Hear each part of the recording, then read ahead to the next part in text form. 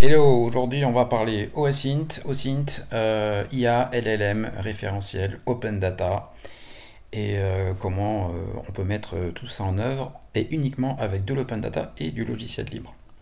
Donc déjà on va faire une petite introduction sur l'OSINT, donc pour moi c'est une première, ça fait un moment que je tourne un peu autour du pot mais là j'en ai eu besoin en fait.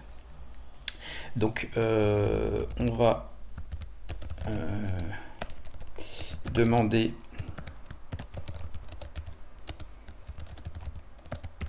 en une phrase simple. Alors, donc là j'ai choisi le LLM Qwen hein, juste pour un peu préparer le pitch et puis après on va enchaîner sur la suite. Open Source Intelligence, donc la collecte et l'analyse d'informations, c'est exactement ce qu'on va faire aujourd'hui. De sources publiques, donc des documents qui sont sur le web, en open data ou pas en open data, en tout cas c'est public. Et l'objectif, c'est générer de l'intelligence, de l'investigation sur soi-même, ça peut être de l'introspection ou sur des organisations tierces, et voir un peu l'intelligence des informations qu'on peut en retirer.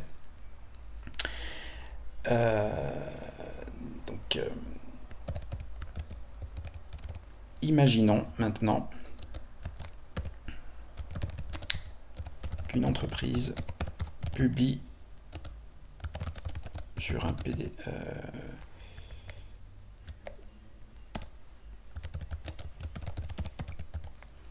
Publie, alors on va faire plus simple, en open data, la liste de ces acronymes et leur signification. Quel intérêt de faire de l'OSINT dessus?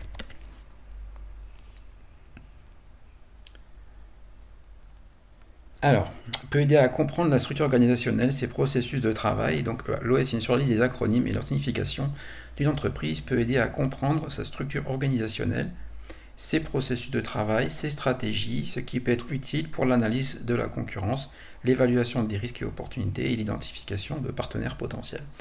Et donc voilà, donc là les gros éléments y sont. Et on va attaquer le sujet concrètement. Donc, l'OSINT, ce qu'on va faire aujourd'hui, c'est ce qu'on va faire. On va faire avec de l'IA et de la data, on va relier ces données d'acronymes avec des périmètres métiers, de la stratégie. Et l'astuce va être de voir, donc si dit périmètre métier, dit compétences, dit référentiel. Et donc là, toute l'astuce, ça va être de relier ces textes à des référentiels. Et nous, ça va être les référentiels des compétences. Donc le cycle de l'intelligence OSINT, donc c'est quelque chose qui ne s'arrête pas, hein, c'est le cycle vraiment. Donc on va commencer par préparer les données, les collecter, les processer, c'est ce qu'on va voir. Ensuite les analyser et ensuite les disséminer, c'est-à-dire qu'on va à nouveau les préparer en tant que données et ainsi la suite est bouclée. Donc nous ce qu'on va faire, c'est qu'on va se relier avec les classifications des métiers. Et donc nous, ça va être le CodeROM, le répertoire opérationnel des métiers et des emplois. Et on va voir comment venir lier ces acronymes et leurs descriptions à des CodeROM. Donc concrètement, qu'est-ce que ça va donner? Ça veut dire qu'en fait, en termes de préparation, on va prendre l'open data existant et on va le transformer en dataset structuré, donc, par exemple une table, un CSV. Ensuite, ce qu'on va faire, c'est qu'on va collecter l'ensemble des datasets dont on a besoin pour produire une nouvelle forme d'intelligence. Donc là, on va aller prendre plusieurs datasets et les faire coexister dans un même notebook. Ensuite, on va venir les processer. Donc là, concrètement, on va faire ce lien non plus à la main, mais avec des LLM, avec de l'intelligence artificielle. Et on va produire des contenus structurés en sortie pour pouvoir générer une nouvelle forme d'intelligence. Ensuite, l'analyse. On va faire du reporting sur ces nouvelles données qui sont en sortie, donc du reporting en SQL, et puis même du database, puisqu'après, il n'y a plus de limite, vraiment. Et ensuite, la dissémination, c'est-à-dire qu'on va livrer cette data de sortie comme un dataset structuré, interopérable, et donc là, en l'occurrence, ce que je vais faire, c'est que je vais le faire avec DuckDB, puisque c'est super interopérable, et il y a plein d'avantages. on va faire quelque chose de très basique, très simple. Donc, je reviendrai dessus un petit peu après. Mais en gros, on va pas faire de RAG, donc on va dire qu'on va pas utiliser des LLM ou des structures de données, des algorithmes un peu plus avancés. On va pas utiliser de fine-tuning, on va pas utiliser de LLM qui sont fine-tunés, en tout cas par l'instant. Et on va pas non plus utiliser PyDantic pour la structuration des contenus. Donc, qu'est-ce qu'on va faire? On va importer le dataset du lexique des acronymes. Ensuite, on va importer le dataset des codes ROM, qui est un Open Data. Ensuite, on va construire un modèle custom, donc très simple, comme je vais vous le montrer. Ensuite, pour chaque acronyme, on va demander au LLM, à l'IA, de générer des JSON avec du mapping. Ensuite, on va charger ces JSON dans une table. Ensuite, on va aller regarder le niveau des hallucinations, s'il a généré des choses qui n'existent pas. Ensuite, on va partager. Et ensuite, à la fin, donc, on fera du benchmark. Donc, concrètement, ici, on a une repository sur GitHub en Open Data qui est reliée, en fait, ici, on a les acronymes au format CSV. Donc, vous voyez, hein, interopérable de manière optimale. Ce CSV, il est buildé en continu et on le fait évoluer dès lors qu'on a des nouveaux acronymes, et pour également être sûr de la qualité de la donnée. Donc ça, c'est un autre contenu. Mais ces données, on ne les sort pas du chapeau. Elles sont issues du PDF. Donc vous voyez, hein, c'est en ligne. Et on va aller regarder les acronymes. Donc oui, alors voilà. Ce PDF, c'est le répertoire des emplois de l'OPTNC. Donc il est super riche. Il y a tous les métiers qui sont décrits par catégorie. C'est, en termes de data, c'est une mine d'or. Et l'idée d'origine, ça a été que ici, on a les acronymes. Et c'est ça qui est super intéressant, c'est que en fait, ils sont dans le même fichier PDF que les métiers. Donc vous voyez, la relation déjà, elle est naturelle. Et donc ici, on a l'ID de l'acronyme et la description. Donc, ce qui a été fait, c'est qu'on a transformé ça en CSV, on l'a chargé ici, et ensuite, ce qui a été fait, c'est qu'on l'a préparé, donc l'OPT a mis à disposition le CSV, qui est intégré avec GitHub, avec les données qui sont ici. Et donc, l'intégration est faite en continu. Et donc là, on voit mon dataset avec la description. Et qu'est-ce qu'on peut voir d'autre? Usability 9,4. Donc là, on rappelle hein, exactement ce qui est fourni, d'où viennent les données. Donc, il n'y a rien qui est laissé au hasard. Et les bénéfices qui étaient promis, c'était une meilleure compréhension des textes, puisque ça, ces données-là peuvent être introduites dans un chatbot, par exemple, qui est en mesure de répondre, à dire « mais qu'est-ce que c'est que cet acronyme ?» Ça va répondre. Meilleur onboarding des collaborateurs, par exemple, quand il y a quelqu'un de nouveau qui arrive, il ne connaît pas ce que veut dire un acronyme, et on a la donnée, et donc on peut avoir la réponse tout de suite. Et le petit mot, ici, opportunité de création d'intelligence grâce à l'analyse sémantique et description, par exemple, création de clusters d'acronymes, fonction, favoriser l'idée nouvelle, et ajouter notre notebook si on a, et c'est ce qu'on va faire. Donc très basiquement, si j'exploite ce CSV de manière très simple, au premier niveau d'analyse, donc ça va être, et bien déjà ce qu'on avait découvert, c'est qu'il y avait des acronymes en doublon. Donc ça c'était vraiment quelque chose de délicat. Donc par exemple CAO, là on avait un souci, donc on l'a fixé. Ici, la distribution des doublons, donc on voit qu'on a un seul doublon. Donc ça c'est la qualité des données sur les acronymes. Donc vous voyez, on monte en niveau. Et puis ensuite, ce qui était rigolo, c'est qu'on s'est rendu compte, donc distribution dans l'alphabet, que en fait, il y avait deux grandes familles, les acronymes qui sont un petit peu autour de C, il y en a plein qui sont autour de C, et puis plein autour de S. Donc vous voyez, c'est pas une gaussienne, il y a vraiment deux mondes qui se parlent, qui sont à côté l'un de l'autre, quoi. En termes de complexité des descriptions, on voit que généralement les descriptions sont plutôt courtes, plutôt compactes. Donc pour décrire un acronyme, déjà 60 c'est déjà un beau bébé, donc 40. Et puis après des fois on a des descriptions qui sont vraiment très longues, donc à voir si c'est une bonne chose ou pas. Également, ce qui est intéressant, c'est de voir les distances entre deux descriptions, par exemple. Donc là, par exemple, on utilise des algorithmes de type Levenstein et voir un petit peu ce que ça donne si on commence à comparer ce genre de choses. Donc, voilà pour une première analyse. Et si je viens sur ce notebook, on voit donc qu'en entrée, eh bien, j'ai le lexique des acronymes. Donc ça, c'est livré par l'OPT. Maintenant, nous, ce qu'on va faire, donc ça, c'est qu'on va venir augmenter ces acronymes avec de la donnée. C'est-à-dire qu'on va prendre en entrée les acronymes et en notre input les codes ROM que j'ai préparés en amont. Donc là, on a deux datasets, deux en open data, chacun sa description, et en avant pour qu'est-ce qu'on va faire. Donc le but de ce notebook est de faire une expérience pour découvrir les connaissances que l'on peut générer à partir de données a priori peu ou pas stratégiques. Et c'est vraiment là qu'on va commencer à faire de l'OSINT et de générer à l'aide d'IA générative, open source, un autre niveau d'intelligence grâce à des référentiels tiers. Donc vous voyez que vraiment l'astuce, ça va être de relier des contenus qui sont plutôt mous avec des référentiels qui sont super carrés.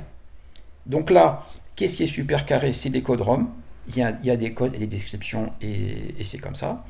De l'autre côté, on a un référentiel avec des acronymes, avec un ID et une description, mais vous voyez bien que ça serait vraiment très fastidieux de rattacher une description à l'ensemble des codes ROM. C'est quelque chose, humainement, ça n'est pas possible.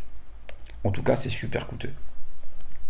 Donc, qu'est-ce qu'on va faire? Le plan aujourd'hui, ça va être de prendre les données des acronymes, prendre les données des codes ROM. Donc, vous voyez, hein, là, je fais vraiment l'OSINT, le cycle OSINT.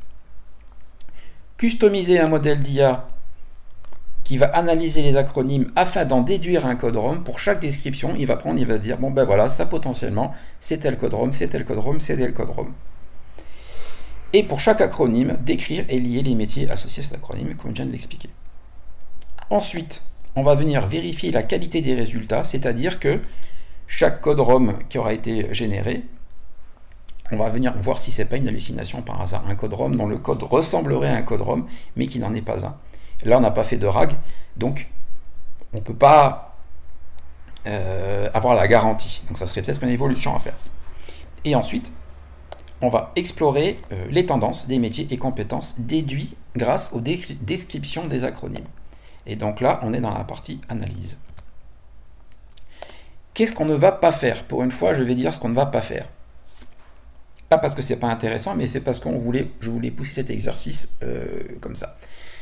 Donc ce qu'on va faire, c'est qu'on va prendre un prompt vraiment naïf, en quelque sorte, et on ne fera pas de RAG, on ne fera pas d'embedding, on ne fera pas de function calling pour disposer de JSON structuré, on va juste faire du prompt, par exemple, on ne va pas faire du pydantic, et on fera appel uniquement à des modèles open source. Donc par exemple, type Llama, Qwen, etc. Donc qu'est-ce qu'on va faire? Déjà, il faut qu'on fasse une fonction d'analyse des acronymes. Donc embarquer directement dans la fonction le check de la qualité du JSON en sortie. Il faut qu'on ait des clés uniques pour les acronymes, puisqu'on a parfois des doublons. Et ensuite, on va en gros préciser un schéma JSON pour avoir la description d'un acronyme au format ROM. Donc en gros, on va avoir un ID d'acronyme et un code ROM. Voilà, c'est ça qu'on va faire. Donc on ne va pas rentrer dans le détail de comment installer le runtime. Donc moi je le fais avec Ollama. Donc si pour les petits curieux, on peut aller voir comment ça se fait. Mais à ce stade-là, ça y est, on a un runtime d'IA qui est prêt et qui écoute.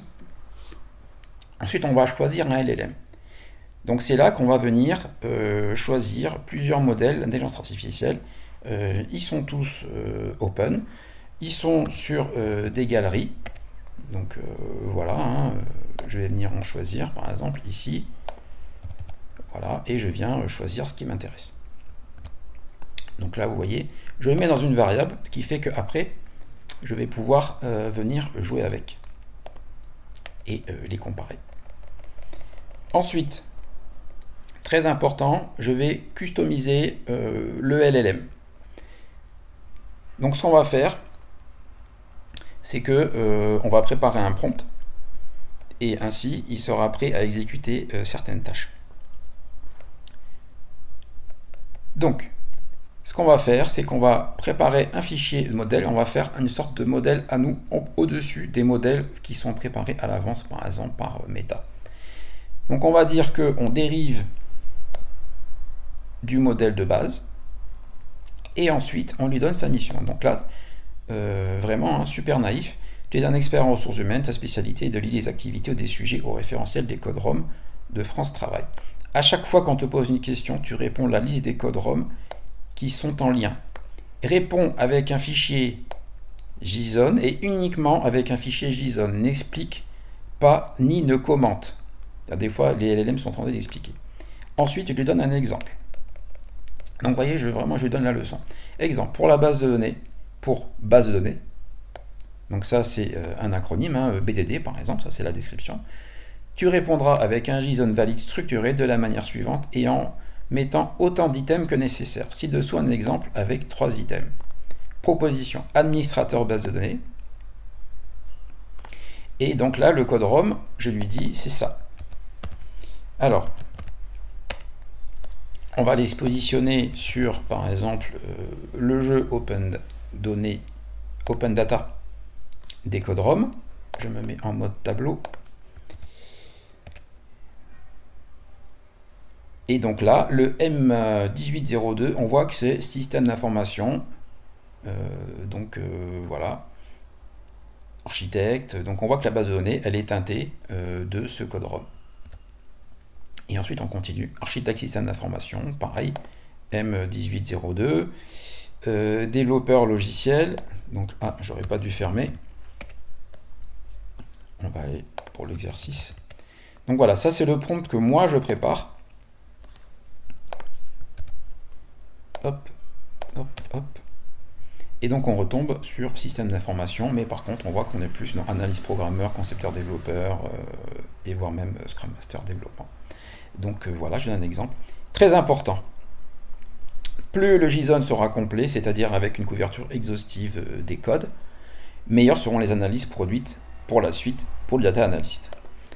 Donc voilà, à ce stade-là, c'est fini. J'ai cadré mon LLM, j'ai rajouté une petite couche dessus, et je vais créer ce nouveau modèle.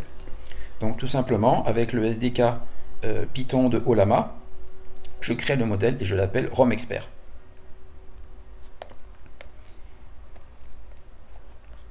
Donc à quoi ressemble ce modèle ensuite? Eh bien, ça ressemble à ça. Donc le modèle a été créé. Voici mon modèle file. Et par la suite, si je veux lister quels sont les modèles qui sont disponibles, et bien là, par exemple, j'ai lancé avec Nemotron. Donc,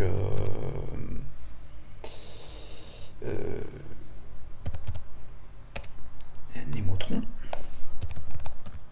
Je reviendrai après sur le benchmark, mais déjà, voilà, Nemotron, c'est celui-ci.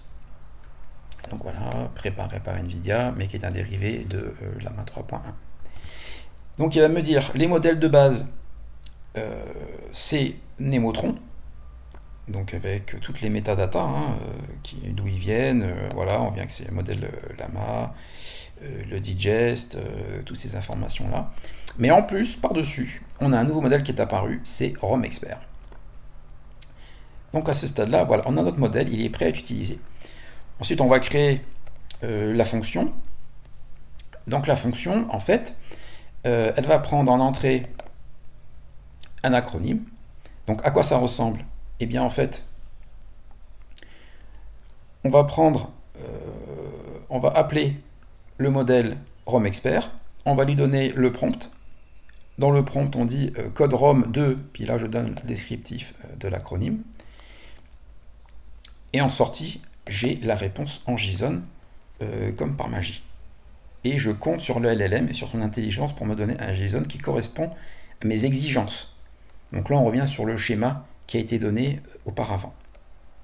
Donc on va commencer à faire quelques premiers tests. Donc là, par exemple, sur la base de données, je lui dis la description, c'est la base de données, et donne-moi le JSON des codes ROM.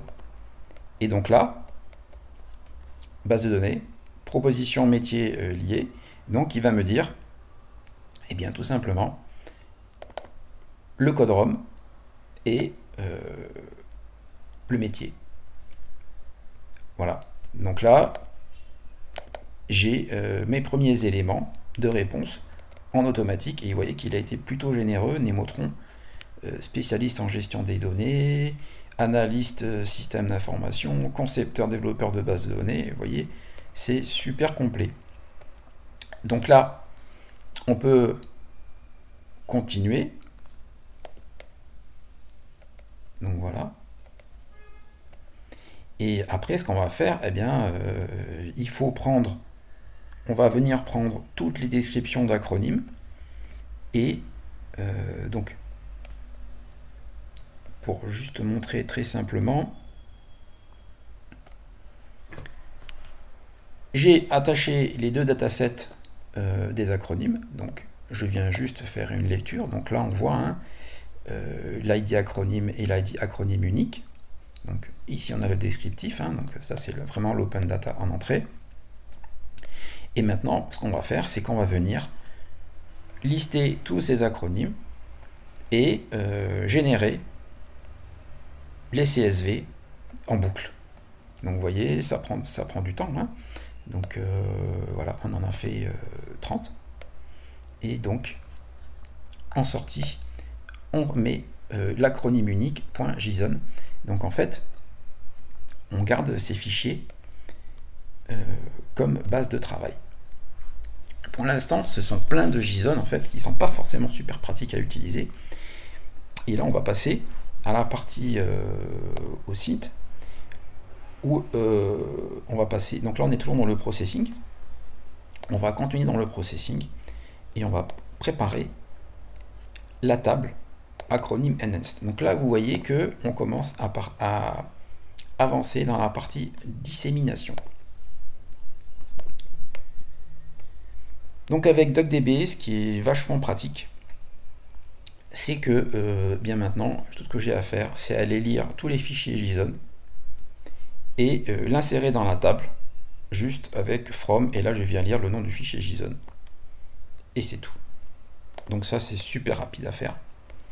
Donc voilà, sauf erreur qui est catchée au cas où, comme je vous l'avais dit, c'est vraiment en best effort, un JSON est mal formaté et que donc il ne peut pas rentrer dans la table. Et donc en sortie, ça y est, on a notre table de travail acronyme enhanced. Donc contenu structuré, vraiment super figé, avec l'ID d'acronyme, la proposition de métier lié et le code ROM. Donc c'est prêt. Vous voyez, on a 240 propositions, mais il faut toujours se méfier avec les LLM. On va voir si par hasard il n'y aurait pas eu des hallucinations. Donc, qu'est-ce qui peut se passer? Les hallucinations peuvent être de deux types. Donc, en fait, il va inventer des codes ROM. Donc, ça va ressembler à des codes ROM. Ça va être une première lettre, des chiffres. Ça va vraiment ressembler. Ou faire des mauvais mappings. C'est-à-dire que les codes ROM sont justes, mais les mappings sont inexacts. Là, ce qu'on va faire, c'est qu'on va se concentrer sur les codes ROM inventés, puisque c'est facile. Et quelle est la conséquence d'avoir des hallucinations? C'est qu'en fait, on ne pourra pas les lier à des référentiels existants. Nous, le référentiel, c'est le code ROM. Donc, on va aller rechercher les codes ROM hallucinés, en fait, qui ressemblent à des trucs réels, mais qui n'en sont pas. Donc, ce qu'on va faire, c'est qu'on va créer une table temporaire Snap. Et on va simplement dire, dans la table que tu as préparée, que tu as générée, donne-moi la liste des codes ROM qui ne sont pas dans les codes ROM. Tout simplement. Et donc là, on voit qu'il y a 21 hallucinations quand même. Donc tout ça, ce sont des codes ROM qui ressemblent à des codes ROM, mais malheureusement qui n'en sont pas. Donc on va aller en prendre un au hasard. Hop. Hop. Et voilà. C'est une hallucination, ce code n'existe pas. Donc voilà. Donc on les a identifiés, mais évidemment, ce qui est super, c'est que là, donc on voit qu'on a... on commence à 0, donc on en a 41. Vous voyez? Mais on a aussi des codes ROM valides, et ça, c'est vraiment super. Et combien est-ce qu'on en a? Eh bien là, on en a 194. Et donc là, on a vraiment des codes ROM qui sont valides, et c'est la data qui le parle. Donc vous voyez, c'est super puissant. À ce stade-là, on a terminé. Moi, ce que j'aime bien, c'est préparer du CSV aussi, parce que c'est toujours super pratique, c'est super transportable. Donc j'exporte ma base au format CSV avec des limiteurs, des virgules et des headers. En sortie de ça, donc en entrée, petit rappel, on a le lexique des acronymes en mode data, on a les codes ROM également en mode data, donc pour les curieux, ça c'est quelque chose qui est par exemple sur mes datasets et qui détaille tout ça. Le lexique des acronymes, les codes ROM, donc on voit qu'on a tout ça. Et en sortie, eh bien, bien se rappeler qu'on a la dissémination. Alors la dissémination, eh bien, c'est la production d'un dataset amélioré, donc généré avec de l'IA. Donc toujours, il faut être clair. Donc, vous voyez déjà qu'il a une usabilité de 8,82, ce qui est quand même excellent. C'est quelque chose qui a été fait en automatique. Et j'ai rajouté de la documentation. Donc, le but de ce dataset, c'est de lier les acronymes avec la base de données des codes ROM et avec des IA open source. Donc, je rappelle ce que je vous ai déjà rappelé. Et ensuite, on a la base de données au format DuckDB. Donc, super facile à utiliser. Et sinon,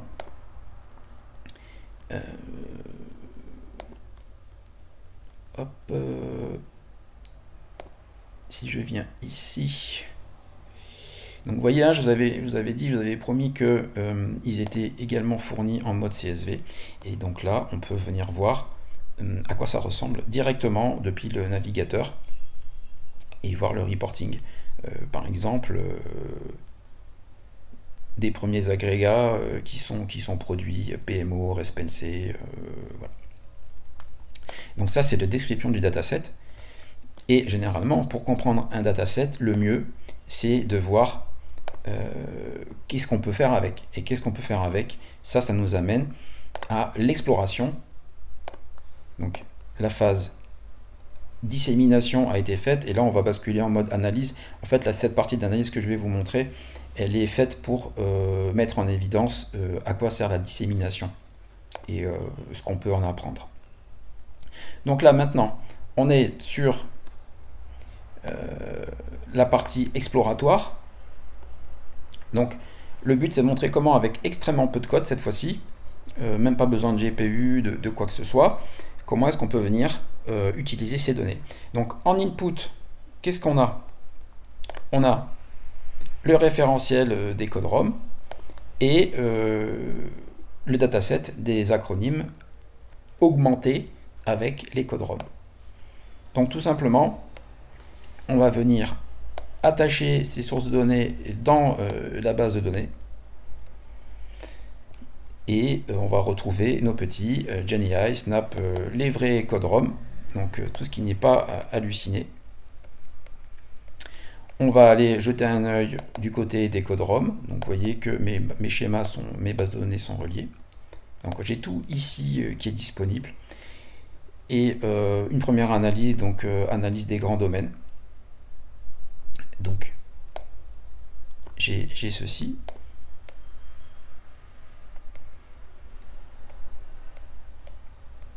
Et Donc ça, sur la simple base des acronymes qui ont été fournis, je vais replier ça, voilà. Donc tout ça sur la simple base des acronymes, ce qu'on va avoir, c'est que ici, on va avoir en fait la description perçue par un LLM des domaines métiers, des grands domaines, donc, par exemple distribution, force de vente, et oui c'est logique,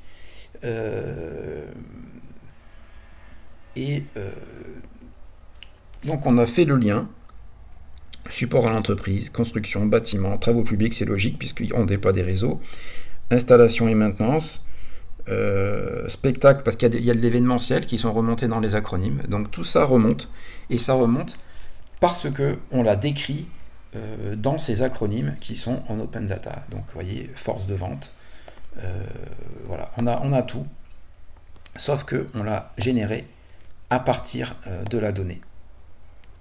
Voilà, donc ça c'est la partie vraiment analyse, intelligence, et vous voyez que là, par les données, on a fait émerger toute une quantité d'intelligence uniquement à partir d'une liste qui semble a priori assez naïve.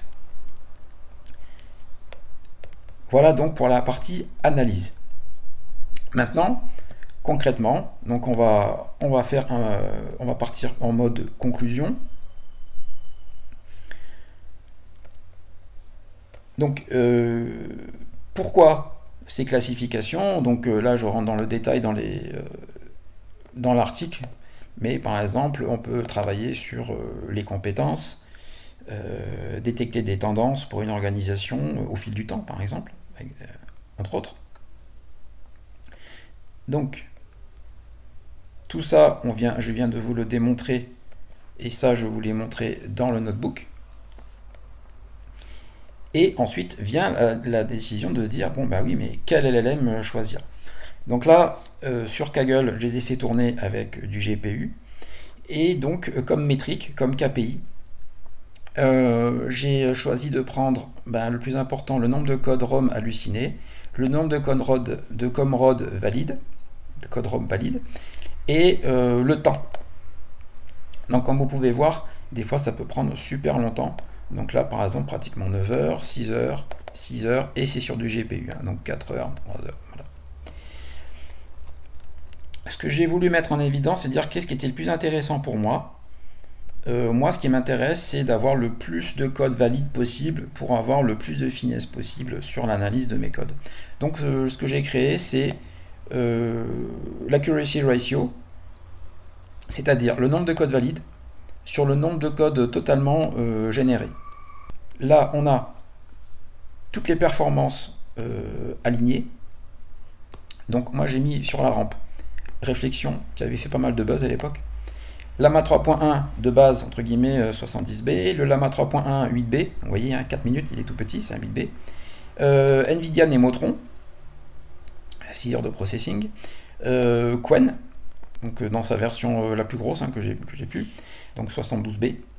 Et nous Hermes, donc c'est un Mixtral, donc c'est Mixtral of Expert, 8x7B, pour voir aussi quels étaient les résultats. Et donc le classement final, et bien voilà, nous avons ça. Donc en premier, Nemotron, puisqu'il produit le plus, c'est lui qui donne le plus de codes valides, et avec un score de 82%. Ensuite vient Lama 3.1 70B, avec 137 codes valides, et ensuite Réflexion 127. Donc vous voyez Nemotron qui est devant, qui a une très bonne réputation, mais là vous voyez, voilà, donc on est sur Nemotron, donc c'est lui qui arrive premier, et loin devant, j'ai envie de dire. Donc ça c'est la référence vers son fichier et sa page, donc voilà, donc il est disponible, il est là. Également les références de Nemotron, donc sur NVIDIA. Donc voilà comment ça se présente. Donc lui, hein, voilà. Moi, ce qui m'intéressait, c'est d'avoir le plus de données justes possible. J'étais pas pressé, donc moi je lançais mes builds et puis après je laissais d'être notifié. Donc voilà, 6 heures de calcul hein, quand même. pour avoir les fichiers qu'on a en sortie. Lama 3.1,